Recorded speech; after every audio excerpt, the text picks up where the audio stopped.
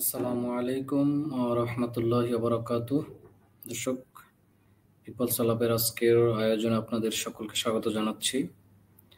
আশা করি আপনারা এই রমজান মাসে অবশ্যই ভালো সময় কাটাচ্ছেন, আপনারা ভালো আছেন। দর্শক, আজকে তুলসী গাবার্ডকে নিয়ে আপনাদের সাথে দু একটি কথা শেয়ার করব। আপনারা জানেন তিনি সম্প্রতি ভারতে ভারতীয় মিডিয়াতে বাংলাদেশ সম্পর্কে বেশ উদ্বেগ প্রকাশ করেছেন। তিনি কেন উদ্বেগ প্রকাশ করেছেন,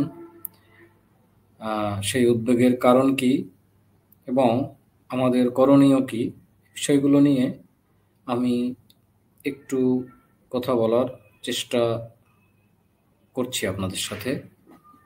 আশা করি আপনারাও আপনাদের মতামত এই ভিডিওর কমেন্টে জানাবেন।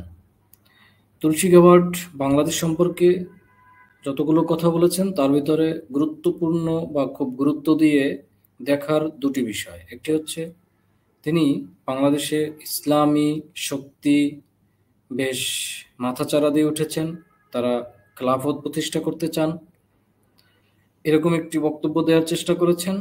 আর এখানে সংখ্যালঘুরা নির্যাতিত হচ্ছেন, এরকম একটি কথা তিনি বলার চেষ্টা করেছেন।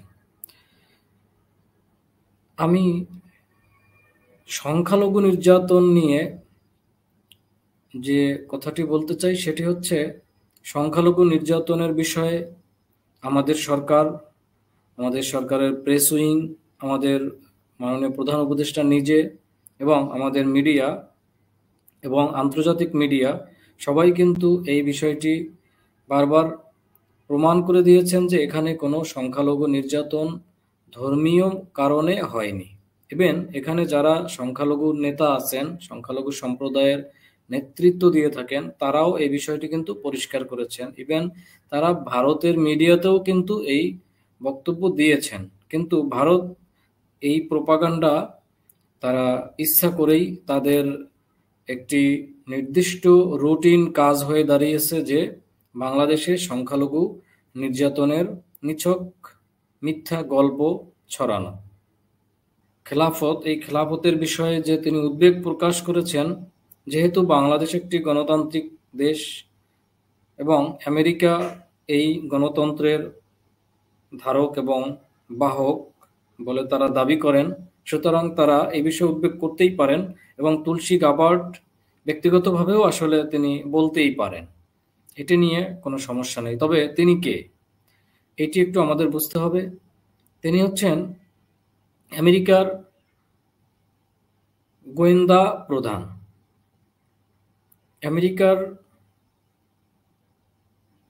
কত গোয়েন্দা সংস্থা আছে সেটি হয়তো আমরা ওইভাবে বলতে পারবো না, তবে 16 থেকে 17টি গোয়েন্দা সংস্থার নাম পাওয়া যায়, আরও থেকে থাকতে পারেন। তবে এই সকল সংগঠনই, এই সকল অর্গানাইজেশনই এই তুলসী গাবার্ডকে রিপোর্ট করে থাকেন। তো বুঝতেই পারছেন এটি অত্যন্ত পাওয়ারফুল একটি পদ। এই পদে যখন তাকে মিস্টার ট্রাম্প নিয়োগ দেন, তখনই কিন্তু ব্যাপক আলোচনা সমালোচনার জন্ম হয়েছিল। কিন্তু সকল আলোচনা সমালোচনাকে বৃদ্ধাঙ্গুল দেখিয়ে একজন ডেমোক্র্যাটকে, যিনি 2022 সালে রিপাবলিক যে পার্টি, এই পার্টিতে যোগদান করেন, মাত্র 1.5 থেকে 2 বছরের মাথায় ট্রাম্প তার প্রতি এতটাই বিশ্বাস অর্জন করেন, যার ফলে তাকে এত গুরুত্বপূর্ণ একটি পদ, এত পাওয়ারফুল একটি পদ দিয়ে দেন। এর কারণ কি? অবশ্যই তার অনেক কারণ আছেন। তার যে খুব বেশি এই পদে এক্সপিরিয়েন্স আছে তাও কিন্তু নয়। আমার কাছে ব্যক্তিগতভাবে যেটি মনে হয়, ট্রাম্প তার উপরে যে বিশ্বাস অর্জন করেছেন তার কারণ হচ্ছে ট্রাম্প নিজেও একজন আসলে ইসলামোফোবিয়া লালন পালন করা মানুষ এবং তিনি ভয়াবহ আকারের একজন কট্টরপন্থী মানুষ। তবে তার ব্যাপারে আমি পজিটিভ অনেক কথাই বলতে পারি, অন্য কোনো একদিন বলবো, আজকে আমি সেটি বলছি না। তবে যারা মিডিয়াতে কথা বলে থাকেন, যারা ট্রাম্পকে দীর্ঘদিন ধরে চেনেন, দ্বিতীয়বার তিনি আমেরিকার প্রেসিডেন্ট নির্বাচিত হওয়ার পরে অনেকেই এই কথাটি বলার চেষ্টা করছেন যে তিনি সারা পৃথিবীতে ট্রাম্পিজম, মানে আমরা যেভাবে বাংলাদেশে মুজিববাদের কথা বলি, এরকম ট্রাম্পবাদ প্রতিষ্ঠা করার একটি চেষ্টা তিনি করছেন, আমার কাছে যেটি মনে হয়। তো সেই ট্রাম্প নিজেও একজন ইসলামোফোবিয়া লালন পালন করাকারী মানুষ। তো তিনি এরকম একজন তুলসী গ্যাবার্ডকে পছন্দ করতেই পারেন, কারণ এই তুলসী গ্যাবার্ড একটি মিশ্র ফ্যামিলিতে বড় হয়েছেন। তিনি হিন্দু ধর্ম লালন পালন করে থাকেন, তার মা বাবাও কনভার্টেড হিন্দু ধর্ম পালনকারী, হিন্দু ধর্মের অনুসারী। তার মা বাবা তার সন্তানদেরকে এই হিন্দু ধর্মের সংস্কৃতিতেই বড় করেছেন। হিন্দু ধর্মের অনুসারী হওয়াটা কোনো অসুবিধা নয়, হতেই পারেন। আমাদের প্রতিবেশী রাষ্ট্র, সারা পৃথিবীর সবচাইতে বড় হিন্দু ধর্মীয় রাষ্ট্র, এখানে সব বেশি হিন্দু ধর্মাবলম্বীরা বসবাস করেন। আমাদের বাংলাদেশেও দ্বিতীয় বৃহত্তম জনগোষ্ঠী, তারা হিন্দু ধর্ম, আমরা তাদের সাথে চলি ফিরি, আমাদের বন্ধু বান্ধব তারা। সুতরাং এটাতে আমি কোনো সমস্যা দেখি না। আমার সমস্যা হলো হিন্দুত্ববাদী লালন পালন করা, হিন্দুত্ববাদ। সুতরাং এই হিন্দুত্ববাদের যে সবচাইতে বড় সংগঠন সেই ইসকন, এই ইসকনের একজন অত্যন্ত গুরুত্বপূর্ণ ভ্যানগার্ড হচ্ছেন এই তুলসী গ্যাবার্ড। আপনাদের অবশ্যই মনে থাকবে, বাংলাদেশে যখন 5 তারিখের পরে একটি গুরুত্বপূর্ণ সময় আমরা পার করছিলাম, তখন আমেরিকার নির্বাচনের সময়ে শুধুমাত্র হিন্দুদের ভোট পাওয়ার জন্য মিস্টার ট্রাম্প বাংলাদেশে কে উদ্দেশ্য করে একটি টুইট করেন। তার সেই ধারণা করা হচ্ছে তার সেই টুইটটিও এই তুলসী গ্যাবার্ড করিয়েছিলেন। আমি আপনাদেরকে আরও একটু তথ্য দিই যে ভারত এবং ভারতের যে বিজেপি, এই বিজেপির সাথেও এই তুলসী গ্যাবার্ডের অত্যন্ত গুরুত্বপূর্ণ সম্পর্ক। গত নির্বাচনের পরে, আমেরিকার নির্বাচনের পরে এখন পর্যন্ত সম্ভবত আনুষ্ঠানিকভাবে 2 বার মোদির সাথে এই তুলসী গ্যাবার্ডের বৈঠক হয়েছে। এবং অনেকেই এটি বলার চেষ্টা করেন যে তুলসী গ্যাবার্ডের নির্বাচনে ভারতের এই বিজেপি ব্যাপক পরিমাণে অর্থ ব্যয় করেছেন, ইনভেস্ট করেছেন।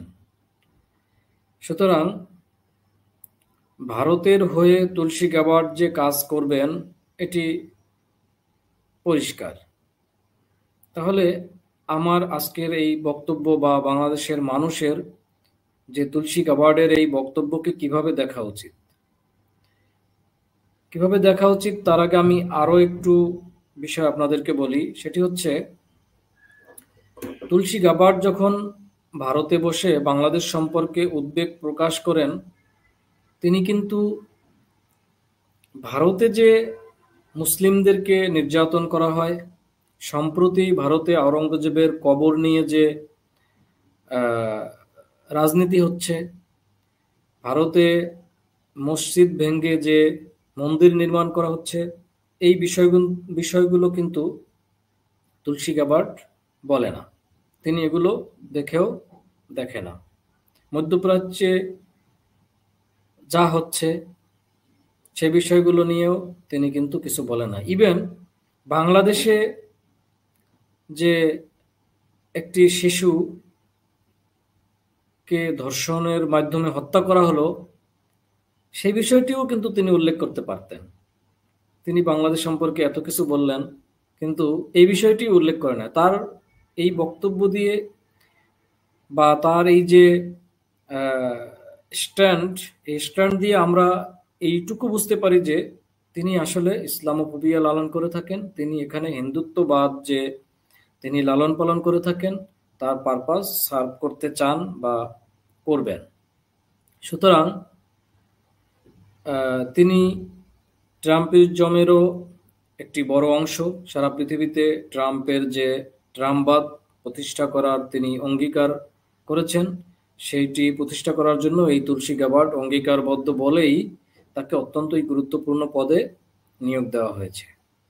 আমার কাছে এটি মনে হয়। তাহলে আমাদের বাংলাদেশের এখন করণীয় কি?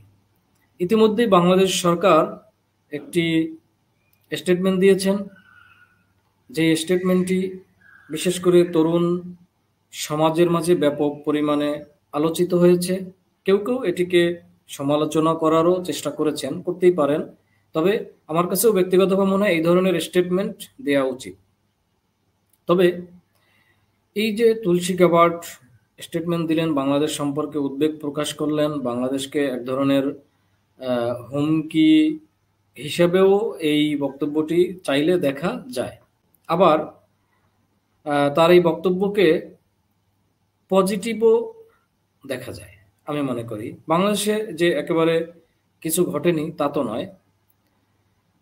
যে বিষয়গুলো ঘটেছে সেই বিষয়গুলো সম্পর্কে সরকার কি কি পদক্ষেপ নিল, সেই বিষয়গুলোকে সামনে নিয়ে আসা, সেই বিষয়গুলোকে বিশ্ববাসীর কাছে তুলে ধরা আমার মনে হয় এই সরকারের অত্যন্ত গুরুত্বপূর্ণ কাজের ভিতরে এখন পড়বে।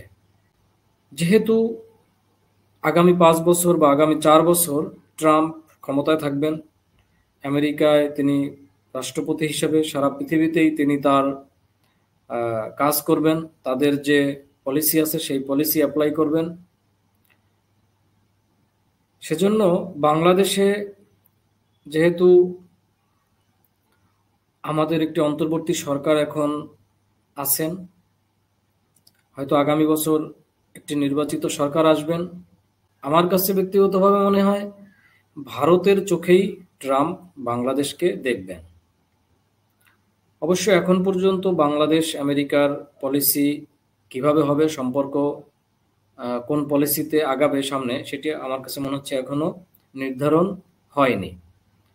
তারপরেও মোদি এবং মিস্টার ট্রাম্পের যে বৈঠক হলো, সেই বৈঠকে বাংলাদেশ সম্পর্কে যে কথা হয়েছিল সেটির মাধ্যমে আমার কাছে মনে হয় ট্রাম্প ভারতের মাধ্যমেই বাংলাদেশকে দেখার চেষ্টা করবেন। তবে আশার কথা হচ্ছে ডক্টর ইউনূস এবং মিস্টার মোদি আমেরিকার পলিসির ক্ষেত্রে, সম্পর্ক নির্ধারণের ক্ষেত্রে, সম্পর্ক বৃদ্ধির ক্ষেত্রে আমার কাছে মনে হয় ইউনূস এগিয়ে থাকবেন। ইউনূসের সাথে আমেরিকার সম্পর্ক অত্যন্ত ভালো। সেখানে শুধুমাত্র ট্রাম্প প্রশাসন ডক্টর মোহাম্মদ ইউনূসকে একেবারে কোণঠাসা করে রাখতে পারবেন না। এটি হচ্ছে আমাদের আশার বাণী। তারপরেও আমাদের সরকার, আমাদের রাজনৈতিক দলগুলোকে, আমাদের যত ধরনের সংগঠন আছে যারা কাজ করে থাকেন, মানবাধিকার সংগঠন, সামাজিক সংগঠন, পেশাজীবী সংগঠন, রাজনৈতিক দল, সবাইকেই অত্যন্ত সতর্কতার সাথে এই ট্রাম্পের যে সময়, আগামীর 4 বছর, অত্যন্ত সতর্কতার সাথে বাংলাদেশে রাজনীতি করতে হবে, বাংলাদেশে কাজ করতে হবে, বাংলাদেশে পলিসি অ্যাপ্লাই করতে হবে। এই জায়গায় সবচাইতে গুরুত্বপূর্ণ দায়িত্ব পালন করতে হবে বাংলাদেশের রাজনৈতিক দলগুলোকে। বিশেষ করে ইসলামী রাজনীতি যারা করেন তাদেরকে আপনাদের অবস্থান আরো পরিষ্কার করতে হবে। আপনারা কাদের সাথে চলেন, কাদের সাথে জোট করেন, কোন সংগঠনের সাথে আপনারা বন্ধুত্ব করেন, কোন সংগঠনের সাথে আপনারা রাজপথে কাজ করেন, আপনারা মিটিং করেন, আপনারা সিটিং করেন, এই বিষয়গুলোকে স্পষ্ট করতে হবে। একেবারেই যে আমাদের দেশে চরমপন্থা নেই তা কিন্তু নয়, একটা গ্রুপ কিন্তু আছে। তাদেরকে সচেতনভাবে মোকাবেলা করতে হবে, আইনের মাধ্যমে মোকাবেলা করতে হবে এবং রাজনৈতিক দলগুলো জাতীয় ঐক্যের পরিচয় দিতে হবে। যদি সম্ভব হয় একটি নির্বাচনের মাধ্যমে অথবা সমঝোতার মাধ্যমে একটি জাতীয় সরকার গঠন করে বাংলাদেশকে সংস্কার করে, বাংলাদেশের সকল প্রতিষ্ঠানগুলোকে সংস্কারের মাধ্যমে বাংলাদেশকে পুনর্গঠন করে আগামীর বাংলাদেশ একটি সমৃদ্ধশালী বাংলাদেশ গঠন করতে হবে এবং জনগণকেও সকল শ্রেণীর জনগণকেও, সরকারকে, রাজনৈতিক দলগুলোকে সহযোগিতা করতে হবে এবং আমাদের মনস্তাত্ত্বিক পরিবর্তন আনতে হবে। অন্যথায় আমরা কিন্তু আমাদের বাংলাদেশকে সামনে এগিয়ে নিয়ে যেতে পারবো না। আমরা কিন্তু আবারও পিছিয়ে যাব এবং পতিত যে স্বৈরাচার সরকার বাংলাদেশ থেকে পালিয়ে গিয়েছেন, তারা যদি কোনোভাবে আবার এখানে প্রতিষ্ঠিত হতে পারেন, তাহলে কিন্তু এই বাংলাদেশ আর মাথা তুলে দাঁড়াতে পারবে না। প্রিয় দর্শক, আজ এ পর্যন্তই। আপনারা ভালো থাকবেন, সুস্থ থাকবেন। আপনাদের মতামত অবশ্যই কমেন্ট বক্সে জানাবেন। আল্লাহ হাফেজ। আসসালামু আলাইকুম ওয়া রাহমাতুল্লাহি ওয়া বারাকাতুহু।